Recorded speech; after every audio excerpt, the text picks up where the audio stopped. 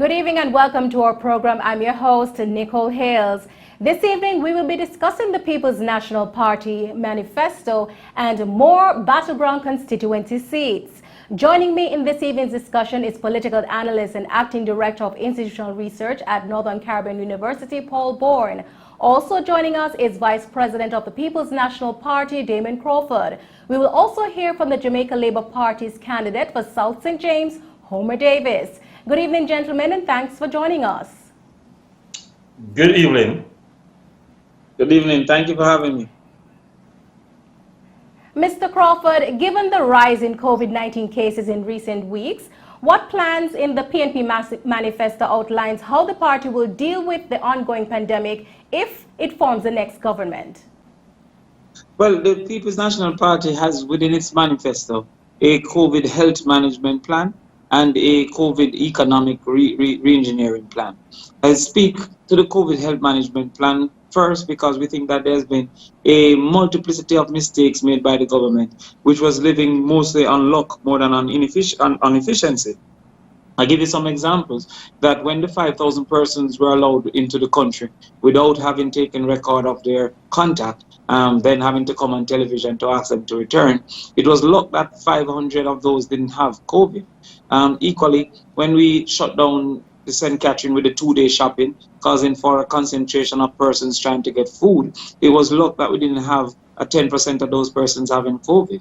It additionally came to pass that when Alarica had the outbreak, they had passed the government's test as it relates to their health protocols. It was luck that other entities didn't have that situation. And so what we have seen is an inefficient ring fencing. What we have seen is an inefficient proposal or marketing of mass wearing. And what we have seen as well is an inefficient testing methodology with over 10,000 tests in backlog. And so those inefficiencies will be corrected by the People's National Party. We have also seen where there's no cough clinic, which means that I can go to any clinic with a broken leg and come back with COVID because person seeking healthcare goes to the clinic. There's no instruction as it relates to which clinic those persons should head to or which clinic are the person without cough symptom should not go. So the PMP would definitely have those things corrected. Paul, I want to bring you in here. You just heard of some of the things that Mr. Crawford just mentioned. What part of those plans do you think would work and what would not work for the Jamaican people? I'm not sure, but what I do know, I'm wondering what cost structure is this going to be, and maybe what I should ask Damion is how will they afford to correct a number of these things? Where the cash will be coming from, Damion, to do this? Well, most of these things are not very expensive. In fact, we have seen where marketing was given an $89 million to do marketing. This marketing was concentrated more on the minister than the people and the people's movement. So when you look, for example, at changing just the process of having your phone being a geofencing, that you can separate yourself from the phone, it was idiotic in the first place to perceive that that could work. You would need more the bangle. Which is not very expensive, and persons may have to pay for that. Equally, testing at the airport doesn't mean that the country have to pay for those testing. In fact, the person willing or wishing to enter through the borders may be charged for these tests. So it is not a matter that the public will have to stand all the expenses, because especially at the borders, persons who are volunteering to enter would have to pay for the activities that they must do to enter. Mr. Crawford, let's still on the manifesto. The rent-to-own program is among the several initiatives that the party is proposing under housing. Could you break down the rent-to-own program for us? Well, first, let me just highlight that housing construction is a part of the COVID economic re-engineering or COVID economic management program, because having had a fallout in tourism, then you have to find other industries that will do high labor consumption and that will do high activities within our society. And so therefore, we are looking to build 130,000 homes in the next 5 years. That needs three things. It needs one, the supply, it needs two, the demand, and it needs the competence, the capacity to build those homes. We have within the manifesto the construction squad that will be developing for the capacity to construct these houses, but also We're looking at persons who are private sector construction persons who used to do these Airbnb apartments, who used to do these $30 million apartments. We expect the demand for those to be less. And so NHT and the PNP government will galvanize these private investors also with some inducements to go into the smaller affordable homes market. And therefore, what we are saying is that the supply side will be improved by having the rent to own.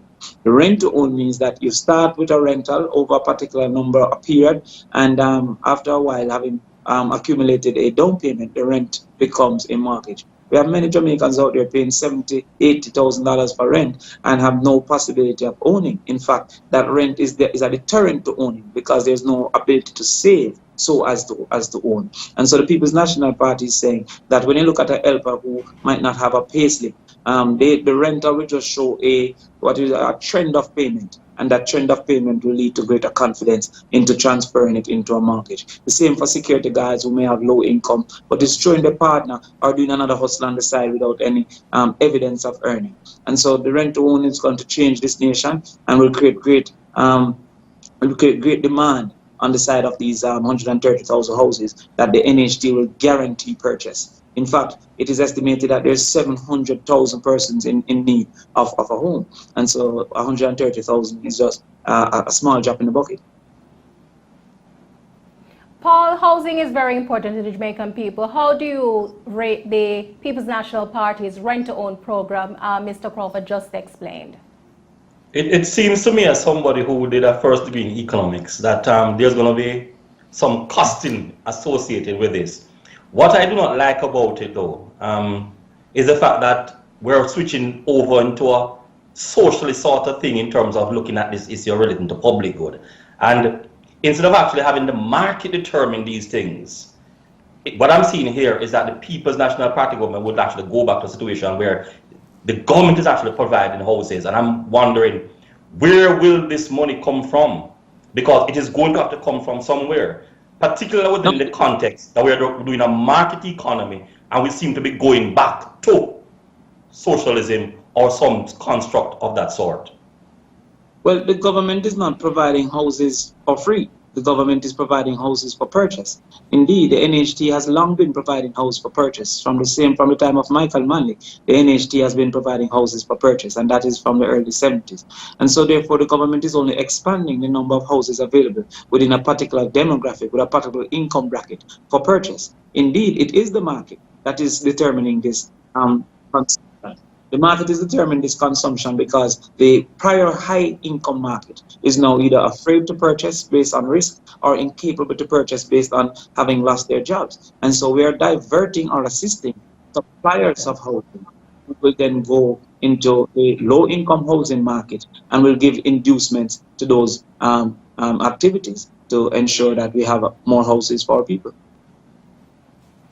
Mr. Crawford, shifting from housing to youth, what plans are in the manifesto to target this demographic? Oh, a multiplicity of plans. The People's National Party, first of all, is reserving 35,000 homes as starter homes for persons under 35.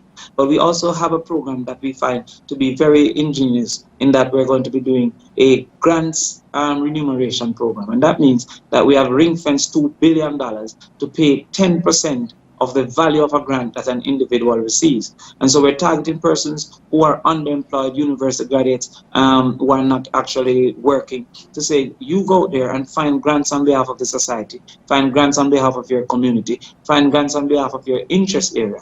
And whatever grants you are successful in finding, you will be paid by the government 10% of the value of the grant. What this means is that this $2 billion can generate up to $20 billion in grant finding if it is successful and functional.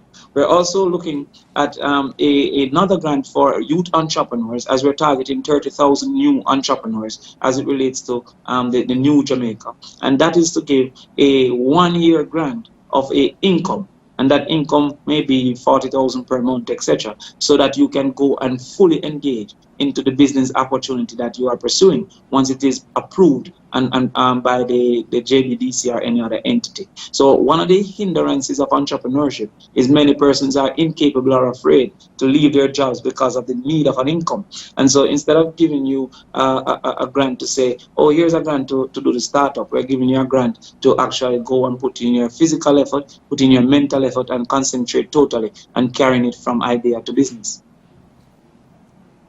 Paul, your assessment of the plans the PNP just outlined as per Mr. Crawford's statements a while ago, your assessment?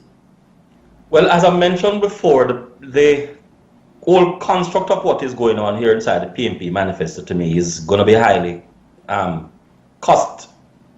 And I'm wondering how are they going to actually do a number of these things? Because when you look at it, there's going to be initial costing associated with this, except they're saying to me and to the Jamaican people that will be shifting resources from some areas into other areas.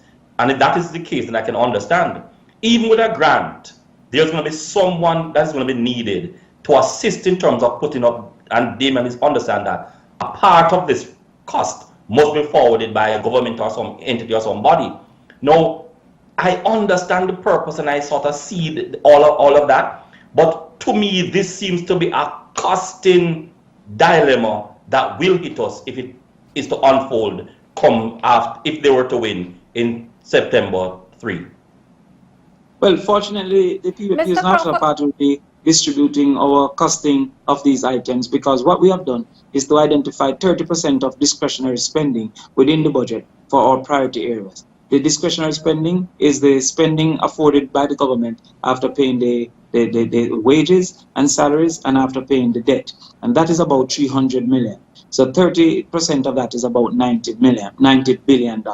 And so what our summation of priority items has been put forward in the manifesto is below 30% of the discretionary spending. I think that is reasonable case to say it's affordable, because the amount that is desired is 1/3 or less than 1/3 of the amount that is available. Mr. Crawford, how confident are you about the plans you've outlined so far? And will it be sufficient to convince the undecided youths to vote for the PNP come September 3? Well, there's no other plan out there for comparison. And by extension, the youth only have one plan to look at. And that plan is the People's National Party plan.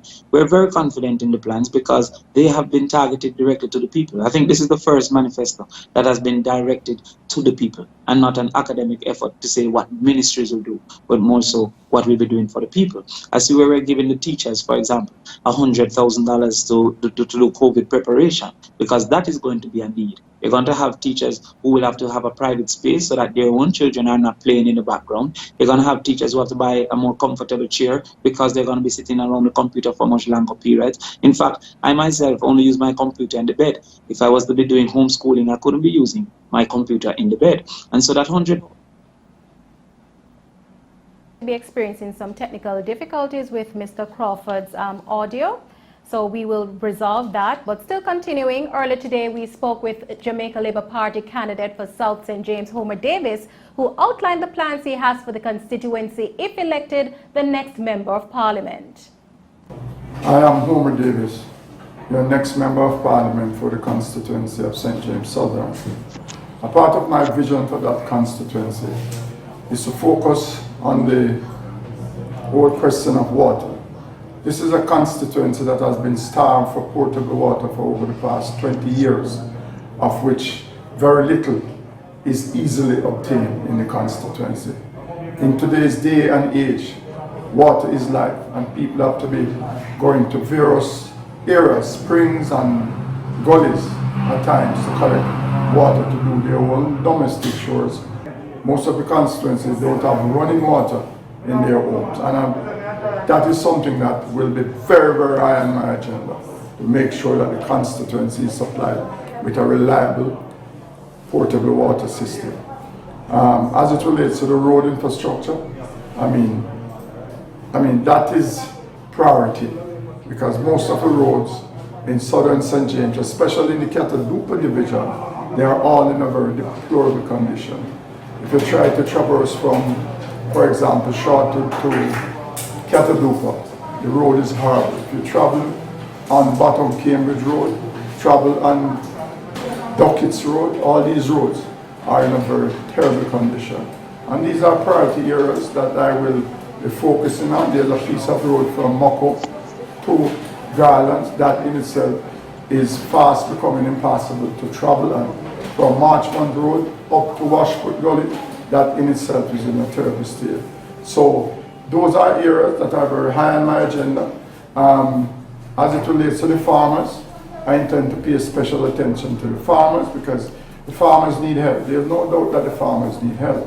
And if the farmers are the lifeblood of our economy, then I will have to make special effort to make sure that the farmers produce and produce in a very efficient and a very profitable way.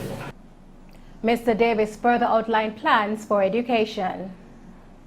As it relates to education, I will continue to expand my own education program by assisting not only primary and high school, but also assist tertiary students to attend the various institutions.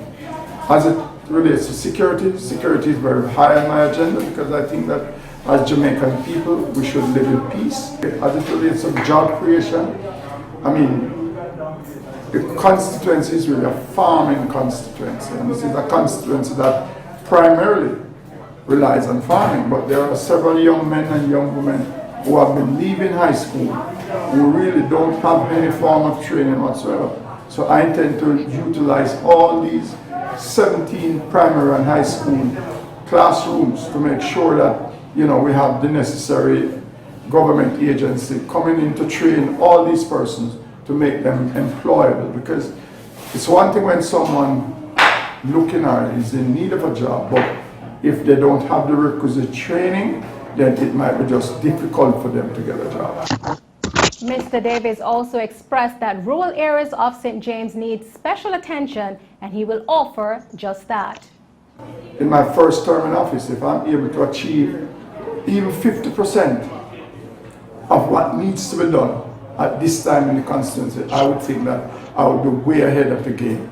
Because South St. James, I don't know if it's because it's in the rural parts why persons don't really, make a special effort to get things done up there, right? But I'm a rural man myself, and I'm prepared to spend some time in the constituency to make sure that the lives of the people are more comfortable, the lives of the people are more secure, the lives of the people, they can go about their business without having to endure miles and miles of bad roads.